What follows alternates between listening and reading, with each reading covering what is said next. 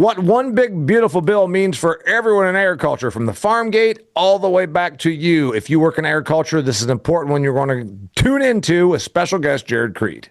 Before we hop into this episode of the Business of Agriculture, a question for you about the aspirations you have for your business within agriculture. Do you have capital requirements, but you're not exactly fitting within the template of the local bank? No problem. Harvest Returns can help you get the funding you need to expand and grow your agricultural business. Chris Rowley assembled 18,000 investors, and with their money, does creating financing options to help you grow and expand. Maybe you're a specialty meat processing business, or you're in a mushroom business, or anything in between. Harvest Returns can help. Go to harvestreturns.com. That's www.harvestreturns.com to learn more about how you can get the money you need to grow your agricultural operation today. Hey there, welcome to another fantastic episode of the Business of Agriculture. I got a good one for you today. We're digging into this with Jarod Creed of XtremeAg Financial and Elite Ag Insurance. He's an Iowa-based agricultural businessman.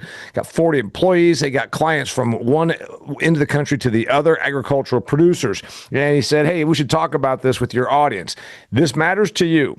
Whether you're a farmer, whether you work in ag, let's face it, farm finances matter to all of us. When we had 2022 record income, it was good for everybody. Rising tide floats all boats. You've heard that.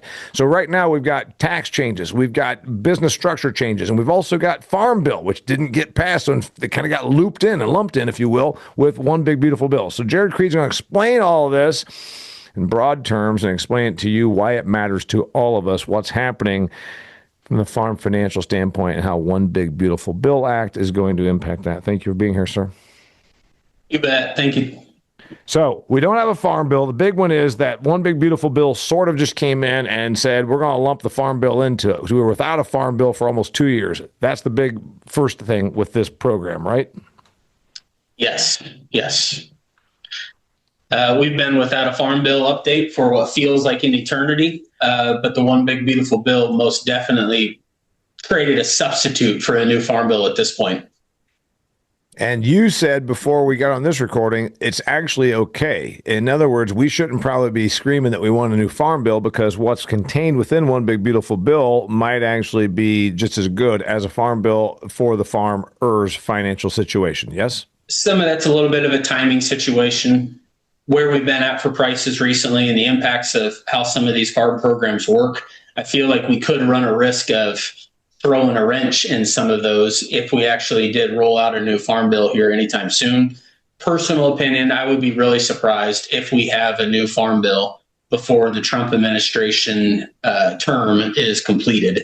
And to a certain extent, with all the focus around renewable fuels versus the drill baby drill, versus just domesticating our U.S. production more and more, I would maybe lean on a side that another administration might have a little bit more of a friendly view to a new farm bill at some point. But without a doubt, we're going to need a new one at some point in time here for a long list of reasons. One Big Beautiful Bill, and then agricultural policy. We know it impacts us. U.S. Department of Agriculture has been around since 1864. And we do have all sorts of farm programs, et cetera, crop insurance, et cetera. The big thing here is we're recording this at the beginning of 2026. Coming out of 2025, 24 and 25 were agricultural downturns on the revenue side. Farm revenue, net farm revenue down considerably, down 40%, I think, from the high of 2022. Revenue definitely took a hit, but we can't lose track of just the inflation market has not slowed down for U.S. ag either. Costs continue to increase. Does One Big Beautiful Bill help the financial position of farmers? Yes. And more than anything, it helps create a higher floor on revenue, not necessarily higher floor on yields, higher floor on price, but more than anything, higher revenue. And quite frankly, with some of the changes that happened in the Big Beautiful Bill that impacted both Title I programs and RMA crop insurance programs, they are not connected at the hip, but they work simultaneously, that it has created an environment that lower prices actually do generate more revenue for U.S. ag than potentially, 20-30% higher prices than where we presently are. You would need significant moves higher in grain prices to offset what type of revenue U.S. ag can produce in lower price environments. Some of the stuff is retroactive, I think. So we've got a farm belt, and I can't speak for every crop. Beef is doing well, and dairy's okay, but in the macro crops, corn, soy, and wheat, concern, generally lost money. Are we going to? And then, like you said, we had a huge production. We had prices coming down, and then we also had the cost of production was up considerably. Does one big beautiful bill help my financial position get back to break even for 2025? It does. One big beautiful bill and all the other government programs that are out there, specifically ad hoc programs right now. There's a challenge and a disconnect building in U.S. agriculture at this time of year as farms are updating their financial statement, preparing for the next growing season. They are legitimately missing a good 20% of the revenue that they are yet to generate from all these different programs. And naturally, any business that is missing 20% of the revenue in a higher cost of doing business environment, that's going to look very, very ugly. So it's almost like we're creating these financial statements at this time of year that are a snapshot in time, but not where reality ends up shaking out. Okay, so that's a big one right there. So $12 billion was announced, supposed to come out by the end of February as payments to farmers. There are limitations on that, $155,000 per person that is in a financial risks within the operation, et cetera, et cetera. And, my farm people say, well, that doesn't get me back to break even. But that with crop insurance, with whatever other changes, you're saying I can get myself to at least a position of break even for 2025, you think? One of the most, what do you want to call it, positive traits of U.S. agriculture is eternal optimist. And being able to safely, financially chase that dream, and dream is not meant to be disrespectful, but plant what we want, grow what we want, produce as much as we possibly can. That can create issues, obviously, long term. But again, at least for 2025, 26, arguably 2027, the ability for the financial institution to loan that money, considering the safety nets that are now on the table, has and should become easier. Now, that might not be every single case, but if I'm a 240 million acre farmer across all corn, soybeans, and wheat in the U.S., that is most definitely the case because I have a whole big block of safety net that I did not have prior to the big beautiful bill. Yeah, so that's the thing, and farm people bristle about this sometimes, that they say, well, we don't have a safety net. Well, we do have a safety net, and we got, we subsidize crop insurance, and we also do ad hoc payments, et cetera, et cetera. So how's one big beautiful bill differ? I know that you told me before we hit the record button here, we do almost have a price floor. So for the bulk commodities, I'm talking again, corn, soy, wheat kind of stuff, we do set a price floor, but it's not really a price floor. The stuff can still get sold. It's just that if there's a difference between what I sell for and what the government says the number should be, I can get extra cents. And where's that come from? Somewhat there, but you basically have three different things that agriculture is always managing: the value of their physical grain, a farm program, and crop insurance. And quite frankly, in today's environment, grain marketing might be one of the least important because of those safety nets. The big beautiful bill, in essence, made it more financially conducive for the producer to purchase higher safety nets on crop insurance. The big beautiful bill, as you already mentioned, raised the payment limitation from 125 to 155. The big beautiful bill raised the reference prices for PLC. The big beautiful bill raised the max payment and the trigger event for Ark County. And all of those collectively, again, they're not conjoined at the hip, but they all function at the same time, more or less. They're all exposed to the open market of price going up or down, but they do not offset each other in a negative light. Physical grain goes high enough that insurance and farm programs are irrelevant. That's where the farmer would like to be.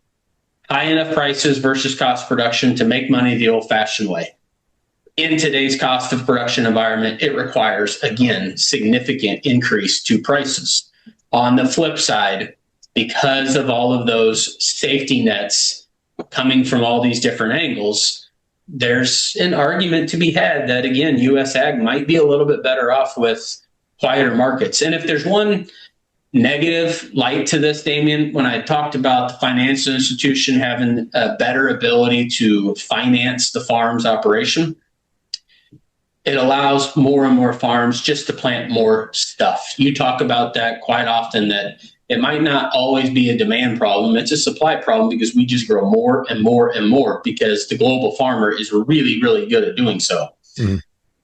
Well, when it's easier and less risk to go do something, it just makes it that much less of a risk for your old school weather issues that can create supply shocks that all of a sudden create some volatility, that creates some opportunity to be able to actually market at a profit.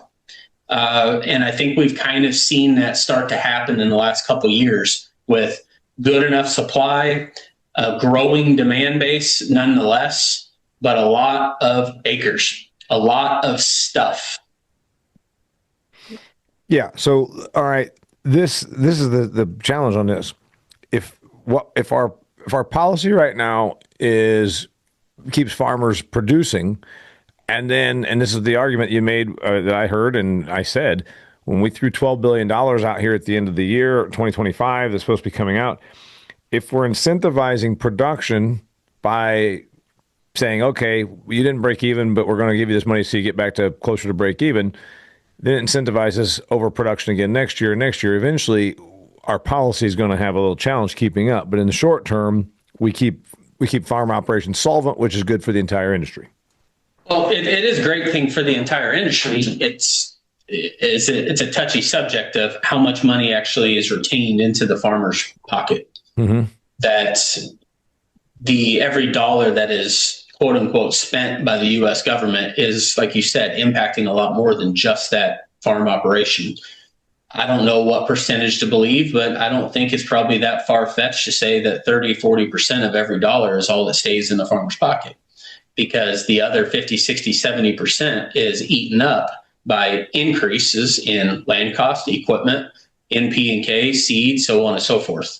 All my inputs. Yeah. It's to an extent until it maybe gets bad enough, long enough, that increase in cost of production it seems like a very, very difficult path to go down to suggest that we can get the big ticket items to collectively take a 10, 15, 20% setback to where we were prior to COVID, prior to inflation, at similar grain prices to what we're operating in today. We're operating with grain prices from 5-10 years ago, of course, higher production, but arguably 30% higher cost of doing business. Right. And so the tough part that you might argue is some of these policies perpetuate overproduction and also don't give any reason to reduce supply. In other words, that's the argument. So I want you to talk about inflation and then oversupply, because much of this, and it's not just one big beautiful bill, it's also the USDA policy and the program and the payment that came out. I want you to get into the economics of that and then what it means for all of us. Before I do that, I want to tell you about Nano Yield. If you are looking for a real edge this season, take a look at Nano Yield products like Nano Pro. These patented mineral-based nanoparticles go in the tank at just 4 ounces per acre. So I'm talking about if you are a producer, if you're in production agriculture, you run across your field probably a minimum of 3 times with your sprayer. What about putting this product in the tank mix? Whether you're trying to improve your weed control, boost fungicide performance, or get more out of your nutrients, Nano Yield technology is an easy, affordable way to protect your investment. It drives return on investment. Once growers see it work in the field, they do not spray without it. Basically, we're talking about making your stuff in the tank work better by putting 4 ounces of this stuff. You insure your equipment. Why not insure your crop inputs? Nano Yield can help you. They're a family-owned company, and their products are proudly made in the United States of America. Learn more at Nano Yield's website, nano-yield, nano-yield.com. Check out their grower testimonials on YouTube. All right. So the tough part is we're going to keep the farm belt at least operating, and then I hear it from my farm friends like, yeah, well, they're going to keep me out here alive, but all my stuff is going up in price. I think the entire picture of it is keeping U.S. ag alive, but I don't know if it's necessarily slowing down consolidation of U.S. ag. Okay. It's creating a landscape that these tight margins just don't reflect the opportunities that some operations might just have the ability to be out and about on a day job off the farm and have less risk, maybe better quality of life, and certainly make more money. Ag goes through cycles, don't get me wrong. So maybe all these programs right now, the takeaway from all of it, Damian, is that it provides a lifeline until the next big black swan or what if comes around that provides that 2 or 3 year boom that ends up creating enough money for multiple years to follow. And sometimes, business of ag, you're the name of your show here. It's you better make hay while the sun is shining, right? So you made a point once. We don't like this. I got plenty of farm friends, and the people that operate my farm ground, they don't like this, but it's the game you're forced to play. You've got to go to the USDA office, and you got to do this. So some of the big programs are it puts through different USDA programs, ARC and PLC and all that. It puts it so that I now have a little bit of a price floor under some of these commodities. True. Well, I think you hit the nail on the head there, Damian, that not a lot of farm operations like talking about crop insurance. Not a lot of farm operations like talking about FSA programs. And it's been years since FSA programs are really relevant. But I mean it respectfully, but I mean it kind of sternly. The rules changed. The rules changed in the middle of the game, and the government, for whatever rhyme or reason, the changes they have made, the ball is now in the court of the farmer to adapt to the changes of those rules.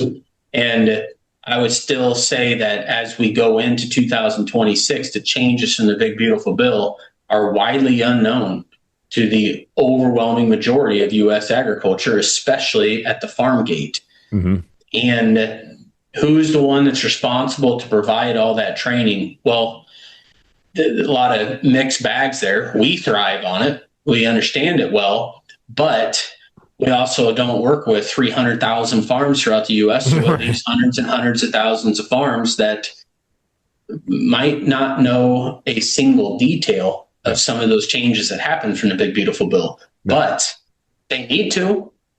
You have to. You have to, or you're at risk of having a much, much different conversation when it comes to dealing on a finance level of keeping the farm going in the right direction. So that's the situation. So most of this is all, I go to the USDA office and they say, here's some changes that are going on with the new farm bill, which is really kind of folded into the one big beautiful bill, et cetera, et cetera. Did my insurance change? Crop insurance program? Increased subsidies made it even more advantageous for beginning farmer ranchers. And to an extent, you combine the insurance changes with the farm program changes. Transition is always a really, really touchy subject in U.S. ag. It's my belief that the changes in the Big Beautiful Bill should be speeding up transition, not slowing it down. So what I'm hearing here is, okay, we're not really calling it a price floor when I talk about what the new things are, but there is a certain amount of guarantee. And this goes back to what we used to call LDP, loan deficiency payment. This goes way back to even the 90s. If a bushel of corn was worth $1.60 at the elevator, the government said, we're going to make it $2.02 or $2.12, I think it was, because we think you need to make $2.12 off a bushel of corn to actually be profitable. And so there was a spread of 42 or 52 cents, and I got that through USDA. The grain elevator gave me $1.60, but I got $2.02. I think that's the way I remember it. Is that kind of a similar thing that we have right now? Yes, just a lot more complicated, a lot more moving pieces. I won't get into the dirty details of it. That's for a one-off conversation elsewhere. But let's just put it this way. My physical grain, my farm program, and my crop insurance are all exposed to the Board of Trade. Markets go up and down, and that's a global market. But none of them are connected at the hip. And when I say none of them are connected at the hip, that means my crop insurance and farm program can legitimately only go to zero, no money. But that means grain prices have gone high enough to make them irrelevant. On the flip side, if prices go lower, my physical grain can certainly diminish in value, but I'm not recouping just once, I'm recouping twice, as in my insurance and farm program runs a high potential of not just offsetting the price drop on the physical grain, but generating more of an offset than the drop of physical grain created. So that's or maybe just let me word it one other way, Damian. For years, U.S. agriculture specific to crop producers have been trained. When something gets at a high enough price versus your cost, you're making money, sell something. yes. We have almost revolutionized this to the point that that is still definitely the case, but you can add another variable in there or two that you could be selling something and creating additional risk, bad risk. And furthermore, there can come a day that can get really, really bleak looking for ag, but it's really not. That in order for a farm to maximize their revenue, they actually need to be long the commodity that they are producing. That's a very, very dangerous, slippery slope. But again, the mechanics that have changed have created that environment. So being aware and mindful of how all of those pieces work together is not just important for the U.S. producer. It's important for the banker. It's important for the CPA. It's important for the input supplier. Everybody needs to wrap their mind around the massive implications that the big, beautiful bill created for ag. Yeah. So the big implications are we're going to, like you said, in it's not as simple as that, but essentially we're putting a level of support under these prices. Number one. Number two, we are making crop insurance programs have been for a long while the premiums paid by taxpayers, and that's why most acres and broadacre production are insured, and so that again insured for revenue. So I can insure to a point of revenue to keep me, again, solvent as a producer. Yes? Yes. We just, alone from just insuring for revenue, more often than not, we're not presently able to insure enough revenue above and beyond cost of production. That spread is now tighter because of the farm program. Years ago, our safety net from crop insurance and crop insurance only was probably 15 to 20% below our cost of production. Today, I would argue for most, it's probably down to 10 or 15%, maybe even a little bit tighter. And because of the mechanics of it, really that spread can only go narrower, as in all of a sudden, I have a safety net larger between the two programs than what I'm spending. Okay, so I can just about between a program and insurance as a producer get myself to being guaranteed above cost of production. If the market moves. I may or may not have mentioned this already. I apologize. But again, when you make it easier to plan a whole bunch of stuff, market volatility runs the risk of decreasing. And if the market doesn't move, it kind of is what it is when you take the analysis today. And if it doesn't change 3 months, 6 months, 9 months from now, it is what it is. And that's kind of where we're at, in my opinion, as we go into January, February 26th. The markets have been relatively quiet for U.S. producers. So you telling me that market volatility actually increases my profitability through insurance and the programs that put a floor on the prices? 100%. Volatility creates opportunity. Without it, you create this stale environment that never creates an opportunity to move the ball forward, to legitimately generate more revenue. Now, there's a lot of decisions that have to be made along that way, but the replacement to that, if we're not going to have the volatility, and if listeners are saying, I don't like volatility, well, that's buckle up, because we'll have it again at some point in time. The only other solution to that is the most improbable of getting our input costs down 10, 20, 30%. And I just don't see a path where that becomes a legitimate happening. That seems like that has to come from a government intervention, and that seems even more highly improbable. Yeah, I don't know that we're going to government intervene. So let's go in. I want to address this one. So between the money that was thrown out at the end of 2025, $12 billion, and it's actually not coming out until February, but it was announced in December. Between that and then these various programs right here, the lament, the argument out here, the complaint, if you will, from agriculture is, from the producer at least, You threw this money, you throw these programs at us, and all it really does is it perpetuates inflation from the suppliers because they know that I got this money to spend. And there's some truth to that. There's nothing, like you said, from a legislative standpoint that's going to change that, is there? No, I don't think so. You can make an argument that the money certainly has a short-term benefit on cash flow, but then it catches back up, like you said, from an input standpoint. But maybe more important than anything, it does help maintain some level of equity, not seeing an equity burn position across the farm. Because at the end of the day, I joke with our clients that in 30 years, 20 years, what have you, whenever you retire, you're not going to look back and say, where did that dollar come from? Where did that dollar come from? Did I sell high price wheat, low price corn, what have you? My balance sheet is my balance sheet at that point in time, and it's going to allow me to go do something else if I so desire. All right, I want to get into the beginning farmer and a few other changes that are coming to ag, and then also the money part of it, which is the most important part. I want to remind you, okay, if you've ever seen me talk on stage, I talk a lot about Asians, things like regulation, innovation, inflation, and also frustration. If you are in production agriculture, you know about the frustration of paying for inputs that do not always pay you back. If you're looking for cutting-edge bio-based solutions that truly deliver measurable yield performance with a great return on investment, you need to know about Tidal Grow Agriscience, my new sponsor here in 2026. I did a field day for them last year at De La Rosa Farms. I did a trial for their stuff. It's really cool stuff because what Tidal Grow does is utilize upcycled seafood byproducts to precisely formulate powerful plant nutrition and crop protection chemistry. You heard me right. Seafood byproducts, not seaweed. Seafood byproducts. This is real science powered by nature. It's built to positively impact the bottom line on your farming operations.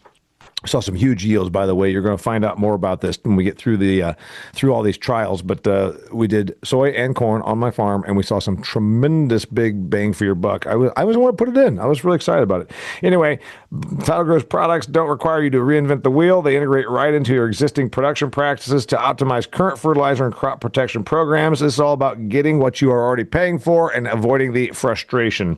You want to learn more about this? Visit TidalGrowAg.com. Tidal, like a big wave. Tidal Grow Ag.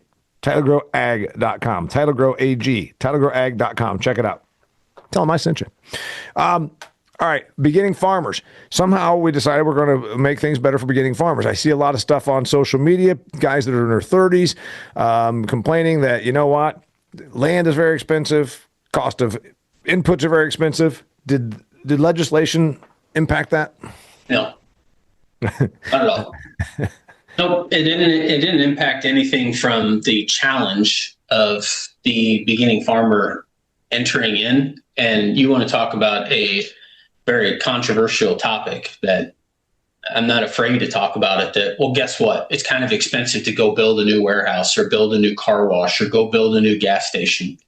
It's expensive to get into agriculture. It's a very expensive business to be in now compared to where it once was. And some of that is because of a massive increase in global demand for the product.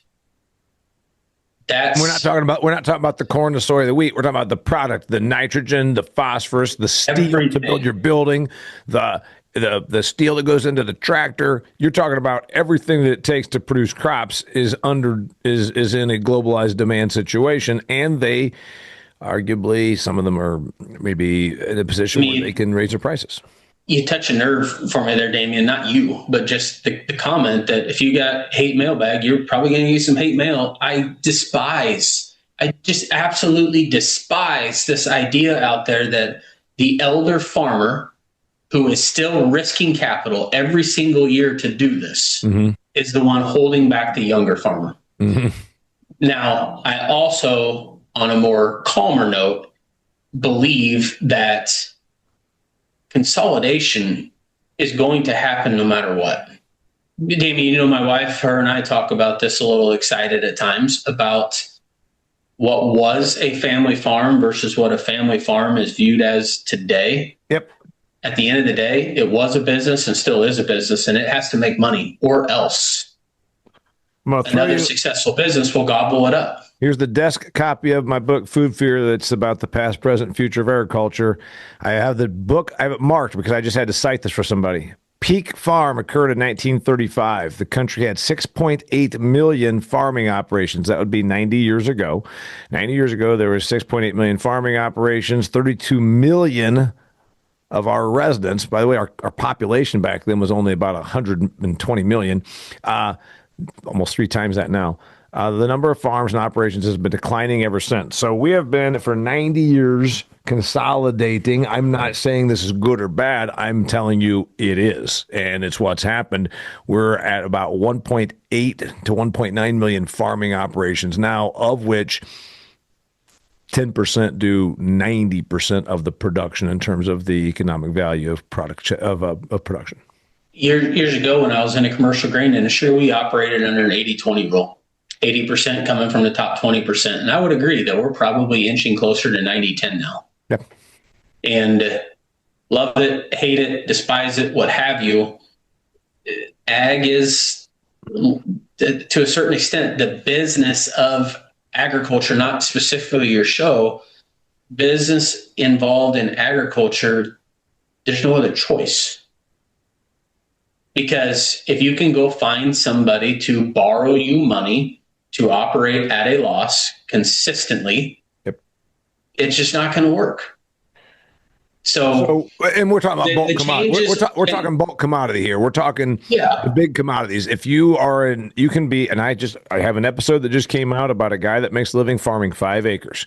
He's very intense on specialty crop and going direct to consumer.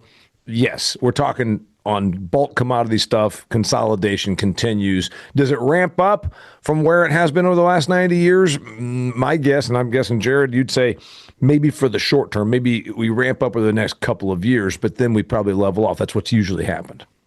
Maybe a lot of this conversation is not especially geared to the specialty crops, more so identifying a cattle herd, a pork herd, and 250 million acres of crop growing. Primarily corn, soybeans, wheat. Yep. You can lump some other things in there, but the back to like the big beautiful bill and its impact or lack thereof, back to the beginning farmer rancher, there is always and will always be a certain segment of luck in any business.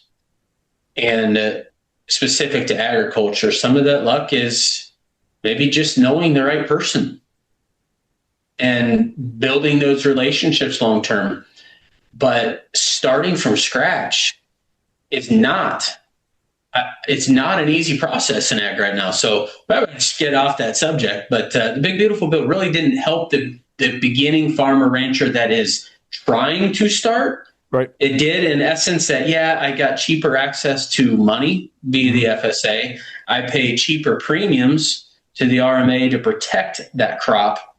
But it didn't, in my opinion, necessarily open the door any wider for a true beginner that I'm picking up tomorrow and starting from scratch and expect to step in and be profitable year one. Because in the present environment, the odds are the only way for that to really be the case is the owner of the land is going to have to be cutting a sweetheart deal, which in turn is then reducing their opportunity. And I just, Damon, I don't ever think I would want to come to you and just say, hey, I know you do X, Y, Z. Will you do it for me for 10% of what you normally need to charge? Right. I just, it's a weird dynamic to expect that anything's going to change in ag for the most part forever. Did the legislation and then the sort of, I think what we did is we took the uncertainty of not having a farm bill off the table was kind of what this did. Like we're always like, oh yeah. When you start thinking about all the alphabet soup programs that we've experienced in the last 10 years, and the number's a lot higher, in my opinion, of the total dollars that's going to be circulated in ag in 25, 26, and 27, which does create a legitimate concern on my part of the U.S. consumer's personal view to agriculture receiving the amount of money that is going to flow. I wouldn't be surprised if across like call it a 3-year stretch, that number exceeds $80 billion. That's a tremendous amount when you start considering how much grain we actually do raise. Yeah. So there's the substitute today of a farm bill being in the big beautiful bill. It probably propped up the safety nets for at least a 2-year stretch, if not a 3-year stretch. Again, back to the comment earlier of not prolonging the inevitable, but allowing time for something to change, whether that's a global production issue in some other country, whether that's additional demand, which that's without a doubt the number one thing that we need, more and more and more demand. And that doesn't happen overnight. And there are little things that could take place from a government level that would make this entire conversation completely irrelevant by changing some of our renewable fuel standards.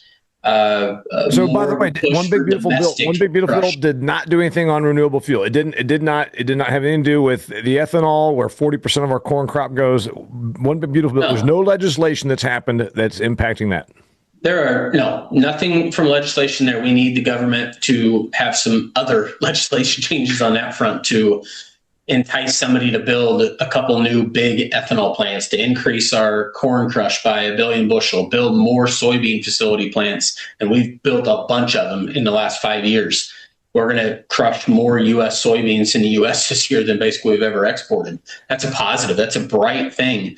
We need continued demand for the product globally as well, not just in the U.S. We need other places that are producing it to kind of figure out in the same fashion. They need to make more and more for themselves too. And that's happening in Brazil on the corn ethanol side. And, you get into a really sticky subject when you start talking about global wheat demand. Mm-hmm. Dietary restrictions. I mean, I just heard some people talking about, we kind of internally talked about it 6-9 months ago. Well, Pete Meyer, Pete, bringing up, what do you call it? GLP-2 or your shots to, in essence, reduce protein intake, in essence.